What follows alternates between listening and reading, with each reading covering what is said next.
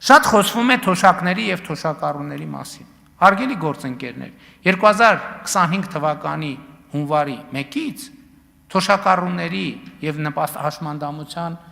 թոշակ ստացողները, եկեք պայմանական, որ շատ երկար տերմինաբանություն չօգտագործեմ, թոշակները ավելանում են։ Պարզապես մենք, այո, նաև հասկանում եք, կառավարելը եւ կառավարումը ունի նրբություններ եւ մենք էլ սովորում ենք ավելի արդյունավետ կառավարել։ Մենք ինչ ենք ասում ենք լավ, թոշակառուների թոշակ ամսական 11,000 դրամով 11,000 դրամով կամ 10,400 դրամով ավելացնենք, ինչ անելու թոշակառուն։ Այդ գումարը ինչ անելու, ինչի վրա ծախսելու։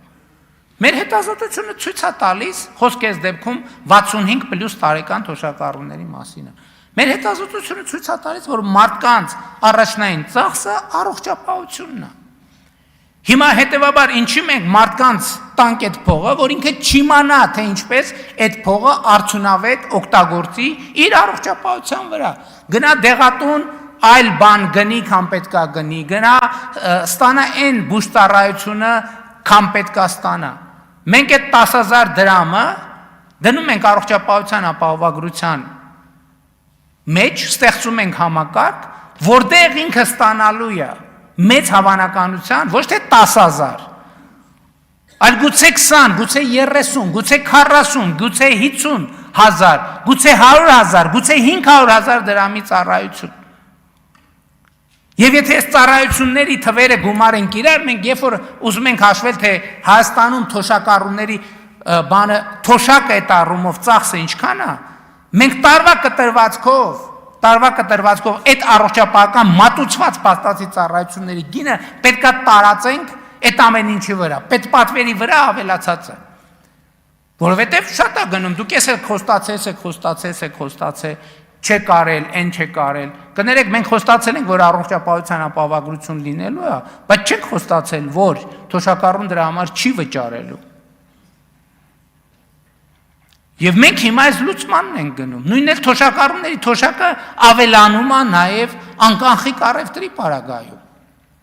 Եվս որոշակի տոկոս էլ այդտեղ է ավելանում։ Մի հատ էլ սրա վրա ավելանում է համընդհանուր, մենք անկանխիկ առևտրի դեպքում, որը արվում է արկաքարտերով,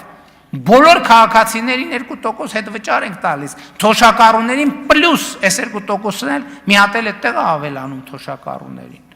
Էլի եթե համեմատելու ունենք, սիրում են խոսել համեմատելու մասին։ Իսկ նաև մենք էս էլ պետք է հաշվի առնենք, հարգելի գործընկերներ, 2018 թվականի համեմատ թոշակառուների թիվը Հայաստանի Հանրապետությունում աճել է 106,697 մարդով, 19%-ով։ Ընդ որում, ես ուզում եմ, ինչի եմ գոհ նաև մեր աշխատանքից, որտեղ 2018 թվականի հունվարին Հայաստանի Հանրապետությունում թոշակառուների թիվը ավելի է եղել, քան աշխատողների թիվը։ 555,000 թոշակառու ա եղել, 513,000 աշխատող։ Այսօր էլ այս ճեղքը կամ այս հարաբերակցությունը մեզ այսքան էլ չի բավարարում։ Եվ ես առողջապահության ներողություն աշխատանքի եւ սոցիալական հարցերի նախարարը երբ որ նշանակեց, իհարկե նախորդ նախարարի առաջ էլ ես այդ խնդիրը դրել էի։ Ես խնդիր եմ դրել, որ մեզ համար եւ դա նաեւ մեր նոր տնտեսական քաղաքականության հիմքերից պետք է լինի, թոշակառուների տնտեսական ակտիվացումը պետք է լինի մեր առաջնահերթ ծրագրերից մեկը։ Ես հիմա մի միտք եմ ուզում ասեմ, որով ես տարվել եմ վերջին ամիսներին, այդ թվում ուսումնասիրելով շատ հաջող բիզնես միջազգային բիզնես բրենդների ծագման պատմությունը։ Հիմա մեզ մոտ ի՞նչն է անցալում, որ 63-ը թոշակի տարիք, հա, 63-ը թոշակի տարիք է։ Բայց ես ուզում եմ, ես առաջարկում եմ մի հատ ուրիշ վարժություն անենք։ Իսկ կարող է 63-ը փոքր եւ միջին բիզնես դնելու լավագույն տարիքն է։ Որովհետև ով ունի կյանքի եւ աշխատանքի ավելի մեծ գիտելիք, քան 63 տարեկանը։ Եվ ես արդեն հանձնարարական եմ տվել, որ մենք թոշակառուներին 63 եւ բարձր տարիքի անձանց աջակցության, տնտեսական աջակցության ծրագրեր ունենանք։ Որովհետև հարգելի գործընկերներ, 21-րդ դարում 63-ը ինչ տարիք է, ով կարա ասի։ 65-ը ինչ տարիք է, 70-ը ինչ տարիք է, 75-ը ինչ տարիք է։ Այսինքն սա մարդու, մենք պետք է այդ բանը, այդ մտածողությունից էլ դուրս գանք, որ թոշակառու վերջ ավարտվեց, ոչ, 63 տարեկանում կյանքը չի ավարտվում, 63 տարեկանում կյանքը սկսում է։ Եվ մենք մեր թոշակառուների կամ մեր ավակ սերնդի ասենք, մարդկանց կյանքը փոխելու ռազմավարություն պետք է որդեգրենք, այդ թվում կադաստրի կոմիտեն շատ կարևոր մի նախաձեռնությամբ է հանդես գալիս, հակադարձ հիպոթեկի ծրագիրը, որը շատ կարևոր մի բան է։ Մենք չենք ասում, հարգելի գործընկերներ, եկեք առերեսվենք, մենք տենց բաների մասին չենք խոսում։ Մենք մի հատ դրել ենք ազգային ավանդույթ ու մնացել ենք դրա այդ վերնագրի տակ։ 63 տարեկան մարդը, երբ որ մնում է 63 տարեկան մարդու համար, մենք պետք է ստեղծենք լիարժեք ինքնուրույն կյանք, լիարժեք ինքնուրույն կյանքով ապրելու հնարավորություն։ Որովհետև երբ որ մարդը տնտեսապես պասիվանում է եւ մնում է տանը, այդ իր համար է խնդրեմ։ Բայց իր ընտանիքի մնացած հատվածի համար էլ է խնդրեմ։ Այդ հա շատ լավ մենք տենց ասում ենք, ասում ենք, խոսում ենք, կենացենք խմում եւ այլն, բայց մենք մեր խնդիրները պետք է տեսնենք։